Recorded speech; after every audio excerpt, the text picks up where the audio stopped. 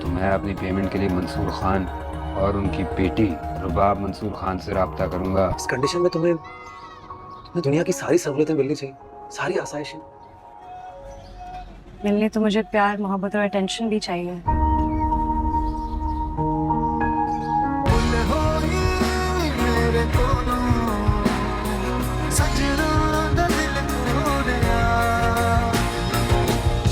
السلام علیکم. رباب کے والد نے رباب کو بہت ہی صحیح مشورہ دیا تھا کہ اگر وہ اپنے جذباتی پن سے اس وقت الرٹ کر دے گا دل کو تو کبھی بھی اس کے خلاف کوئی بڑا ثبوت اس کے ہاتھ نہیں لگ سکتا. اسے اپنا دماغ ٹھنڈا رکھ کر تمام معاملات کا جائزہ لینا چاہیے اور تب عدیل پر ہاتھ ڈالنا چاہیے جب وہ پوری طریقے سے پھنس چکا ہو. دیکھا جائے تو رباب وہی غلطی کرنے جا رہی تھی جو بہت سارے لوگ کرتے ہیں. غصے کی حالت میں وہ فیصلہ کرتی اور وہ فیصلہ غلط ہوتا.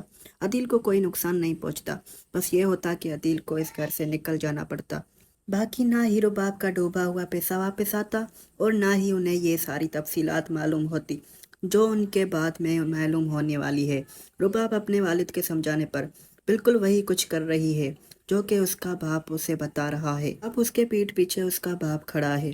اگر رباب کوئی بھی فیصلہ کرتی ہے تو وہ اپنے باپ سے پوچھ کر کرتی ہے اور دونوں ہی کاروباری ذہنیت رکھتے ہیں. اس بار عدیل بہت ہی برا پھنسنے والا ہے. اس کی وہ ساری رقم جو اس نے باہر کے ملکوں میں باہر کے اکاؤنٹس میں رکھی ہوئی ہے، نہ صرف وہ رباب وصول کر لے گی بلکہ اسے جیل کی ہوا بھی کھلائے گی. اور ساتھ میں اس کے ماں باپ کا گھر بھی بک چکا ہے.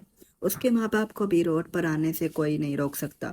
ایک طرف رباب کے سامنے عدیل کی حقیقت کھل چکی ہے، دوسری طرف شگفتہ بیگم بھی جان چکی ہے کہ کس طرح سے عدیل رباب کو وہ جھوٹی کہانی سنا رہا تھا کہ اس کے باپ کو اس کی بہن کو پیسے دینے پڑ گئے. وہ بھائی تو لالچی ہے ہی نہیں، نہ ان کو کسی چیز کی ضرورت ہے. اپنی باپ کی مجبوری کے خاطر وہ مجبور ہو کے اپنے ماں باپ کو یہاں پر لایا ہے. حالانکہ دیکھا جائے تو عدیل سارا کچھ خود ہی ہڑپ چکا ہے. اپنے چھوٹے بھائی کا حصہ بھی کھا گیا اور سارا کچھ وہ شاہ کو دینے والا ہے. شاہ کا منہ بند کرنا بھی ضروری ہے ورنہ وہ سب کچھ رباب اور منصور علی کو بتا دیتا اور اس کے بعد عدیل کا جو حشر ہوتا یہ بھی عدیل خود اچھے سے جانتا ہے. اس لیے چاہتا ہے کہ کسی طرح یہ معاملہ رفع دفع کر لیا جائے. اسے اس بات کی بھی فکر نہیں ہے کہ مصطفیٰ اور شرجینہ کے سال میں رہ رہے ہیں اور پیسوں کی انہیں کس قدر ضرورت ہے. اگر گھر بک ہی چکا ہے تو اس میں مصطفیٰ کا بھی برابر کا حصہ بنتا ہے. اگر وہ مصطفیٰ کا حصہ بھی ہڑپ کر جائے گا اور مصطفیٰ کو اس کی خبر بھی نہیں لگنے دے گا. وہ تو چاہتا ہی یہی تھا کہ مصطفیٰ ذلیل ہو کر گھر سے نکل جائے. شرجینہ کو دیکھ کر اسے اپنی ناکام میرڈ لائف کا غصہ آتا تھا جسے وہ ان دونوں پر ہی نکالتا تھا. ان دونوں کی محبت دیکھ کر عدیل کو بہت ہی جیلسی ہوتی تھی. ان کو گھر سے نکال کر اسے کافی حد تک سکون مل چکا ہے، مگر جیسے ہی اسے یہ معلوم ہوگا کہ مصطفیٰ باپ بننے والا ہے تو ایک دفعہ اس کی جلن اور حسد میں پھر اضافہ ہو جائے گا. وہ نہیں چاہے گا کہ شرجینہ اور مصطفیٰ اتنی اچھی طریقے سے زندگی گزاریں. گفتہ بیگم کو جیسے ہی اپنے بیٹے کی سچائی معلوم ہوگی وہ اپنا سر پکڑ کر بیٹھ جائے گی.